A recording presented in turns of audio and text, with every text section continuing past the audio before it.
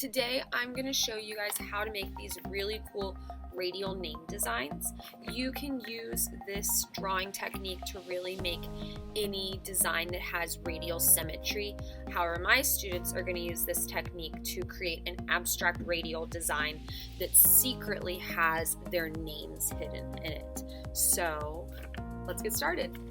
Okay, so the only supplies you're going to need to start this project are a square piece of paper of any size. My students use 12 by 12, a pencil, a sharpie, a piece of carbon paper, which is what used to be used to make copies like with typewriters.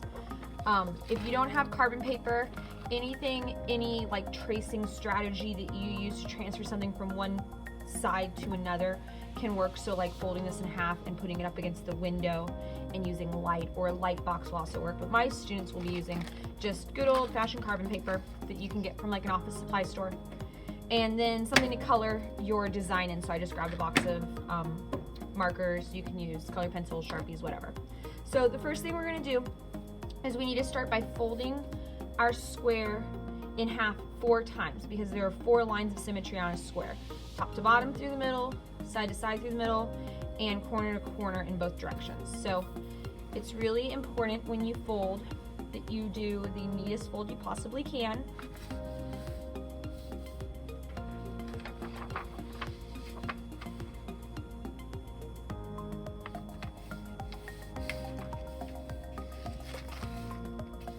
And after you fold each one, don't keep on folding it. Open it back up before you do your next fold, because then your folds will lay nice and flat and be more even. As you're folding, you'll see that all your folds will start meeting at that center point. If they're not all meeting at that center point, then your paper is either not quite a perfect square or you're not folding evenly.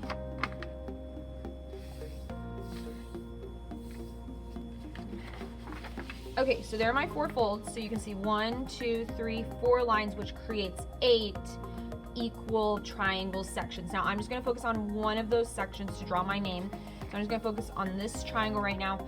I think it's easier when you do that if you trace that triangle a little bit, just so you can see what you're trying to draw inside of. You don't have to do that. Later we'll erase that line anyway, so there is no reason to trace all of your lines, because you don't want your triangles to be divided up.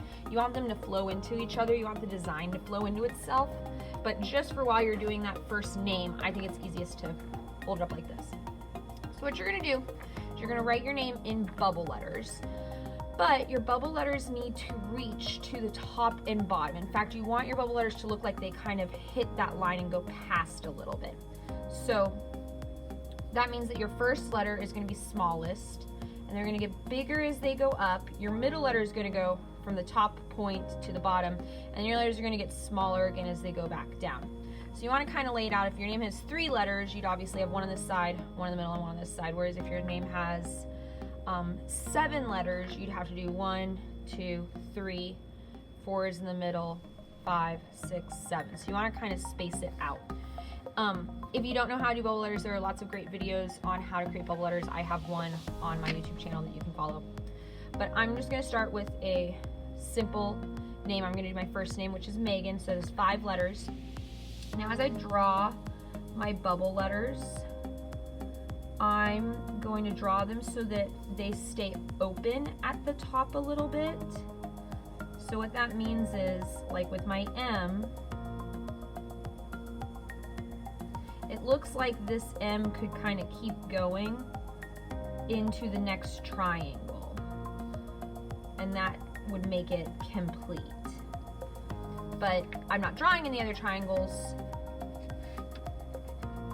so instead it just looks like the top and bottom of my M hit the line, but would really keep going a little bit.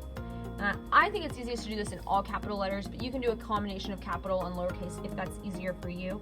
So next I'm going to do my E, and again I'm going to do the same thing. I'm not going to start my top of my E right there. I'm going to start it just up a little bit higher off of that line, so it looks like kind of the corner goes past the side of my triangle a little bit.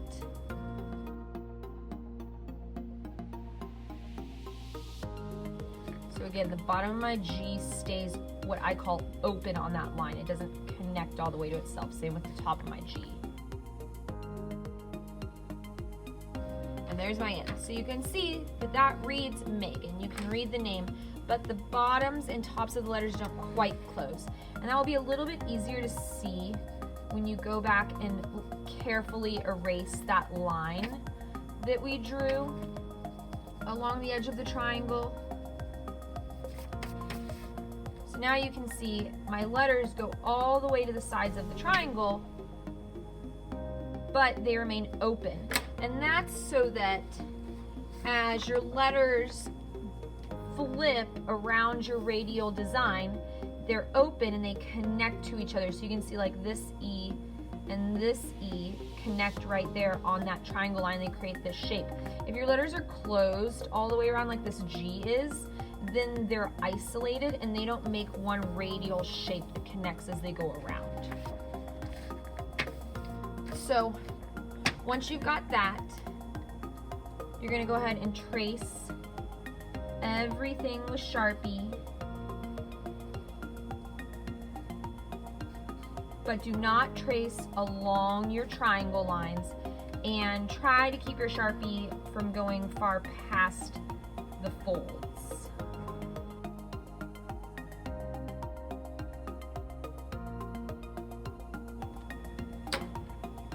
And then erase any stray pencil lines you might have. So you've just got your design. Okay, so the next step is we're going to take our design, we're going to get to transfer all the way around our triangle.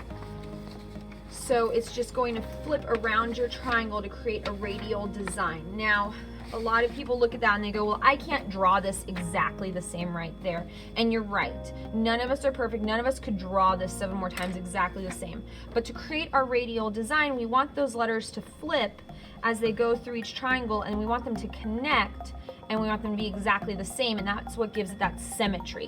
So I'm going to show you the easiest way to do that, and that's with using a piece of carbon paper. And so what I'm going to do is I'm going to take this. Now my folds are closed, but I'm just going to fold one of my folds inside out. And so you just take it, even though it bends this way, I'm going to just push that fold in and bend it backwards so that I can see my name. Now I'm going to take this, I'm going to lay this on this carbon paper. This carbon paper has definitely seen better days. I'm going to lay this on the carbon paper so that the blank side's on top of the carbon paper. I'm just going to take my pencil and I'm going to trace on top of all my Sharpie lines. So anything that I push down and trace on top of will be transferred via the carbon paper to the other side. It's very important that you stay right on your Sharpie, because whatever you trace is what will show up on the back. So if you trace off of your Sharpie, then your design will be off on the other side. It won't create that symmetry. Also make sure that as you trace, you go from one edge of the triangle all the way to the other edge. Don't stop short and miss the whole length of the letter. Now when you open it up, what you get is you get that name transferred, flipped over so it's symmetrical onto the adjacent triangle, because I used one of the folds that touches this triangle. So remember, I have 1, 2, 3, 4 folds. I've used one so far. So now what I'm going to do is I'm just going to use the next fold. I'm going to do the same thing where I have my name facing up. I'm going to have the blank paper facing down on top of the carbon paper, and I'm going to trace again.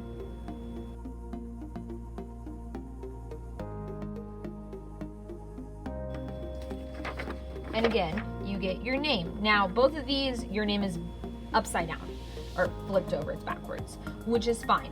The first 4 that we're going to get are going to be backwards.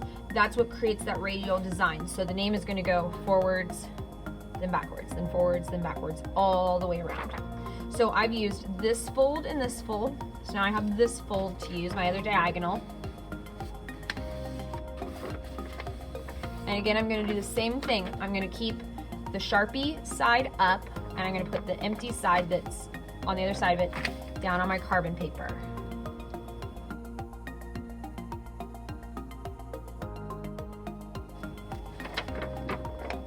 And so that was via this fold, and I have one more fold to use, which is this one.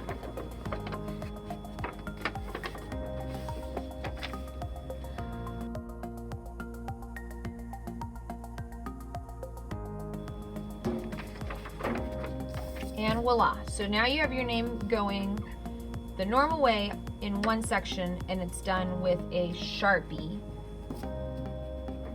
And then you have your name flipped over upside down in 4 other sections. Now at this point, all my students are like, Mrs. McClure, how do I get my name to these other 3 sections? And they're like freaking out trying to get it there. What you do is you just pick one of these 4, it doesn't matter which one, that you've created your name on, that you've used the carbon paper to trace to, and you're just going to trace one of these with Sharpie. I'm just going to pick this one. You're going to trace all of them with Sharpie sooner or later, but I suggest just doing one with Sharpie and then using it to get your name to the other 3 empty spaces, and then you can quickly go back and just trace everything all at once.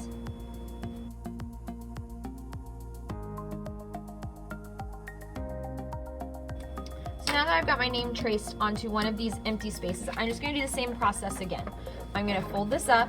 I'm going to lay my carbon paper down so I can obviously see that this side has Sharpie. This side doesn't have a name, so I'm going to put this side on the carbon paper. I'm going to do the same thing that I've been doing. I'm going to trace all my Sharpie. It's just this time, instead of tracing this one, I'm tracing one of the ones where my name is backwards. Or upside down. Mirrored is technically the correct term for the direction that my name is.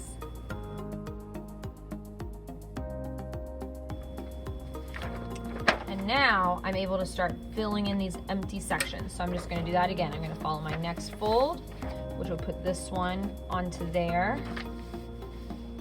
And you just repeat this process until you have your name in every single triangle.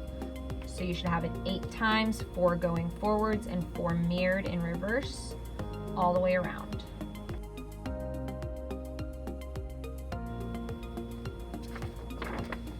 And then I need to get this to there, so that's one more fold.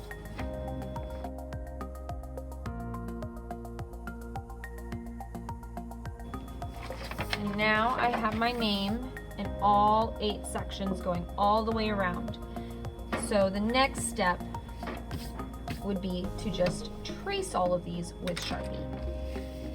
And the reason I didn't trace them as I went is because now it'll be a little quicker, because your lines, a lot of them should connect to each other.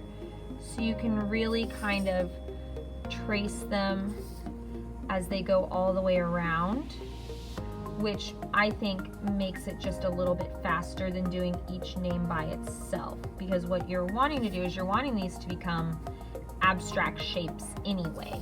You're not wanting them to look like letters. You're wanting them to blend together. And so by tracing them in a circle, that's going to kind of start happening visually for you. You're going to stop thinking about them as letters and start thinking about them as a radial design.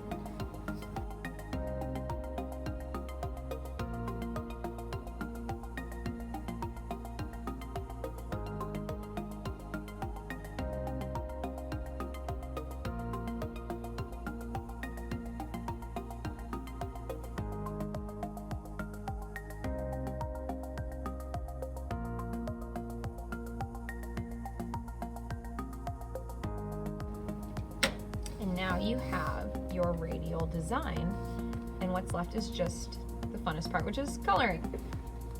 Okay, so once you have finished tracing everything, you will get a design that has radial symmetry, which means it has more than one line of symmetry. So you can divide it up or fold it in more than one direction and it matches. Or another way of thinking about it is there's no top and bottom. You can turn it and it will still be the same. So now you're ready to color. There are a few different options for coloring. I'm going to use markers. I just grabbed this box of tropical markers. You can use crayons, color pencils. You can paint these. Really, any coloring material works. But the thing you want to focus on is that you want to color it so that every single triangle has the same color scheme, the same color order. to create that radial symmetry. Some of my students like to use Sharpie and color the space that is around all of their letters, the spaces between their letters, black, and then pick a few colors to do their letters. Some of my students like to do the inverse of that, which is they use Sharpie and color all the letters black, and then use different colors to color that negative space, the space between the letters, with different colors. Some students prefer to pick kind of a background color, so like on this one I did blue, and so all of the space between each letter is blue, and I picked a few colors that went well together and colored the letters those colors. It's really up to you. There's no one strategy that's best. The only thing that you really need to keep in mind is that if you color, say, this G blue, then this one has to be blue and this one has to be blue all the way around to create that radial symmetry. Okay, so I'm just going to use these colors because they already go really well together. I don't think I'm going to use all of them, but maybe I'll pick a couple that look nice together. And what I'm going to do is I suggest starting in the center. I think it's easiest, and so pretty much everybody's going to have some kind of square, some kind of shape in the center. So I'm going to color this with my first color. This is a project where it's really important to stay in the lines. Then I'm going to move on to what would be my next shape. And so my next shape is this shape that's created with the M's. So, you know, if I just colored one of those M's for you to see, that'd be that shape right there, but I have to repeat that same color into this one, this one, this one, all the way around since they all connect. And because they're all the same shape, each in a different triangle, and that's going to continue that radial symmetry.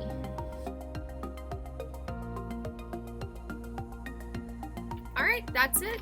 That's how you make these really awesome radial name designs. So I hope you enjoyed this video. I hope that your design comes out awesome, and I hope that you tune back in and see more videos on how to create different awesome art projects. Thanks for watching.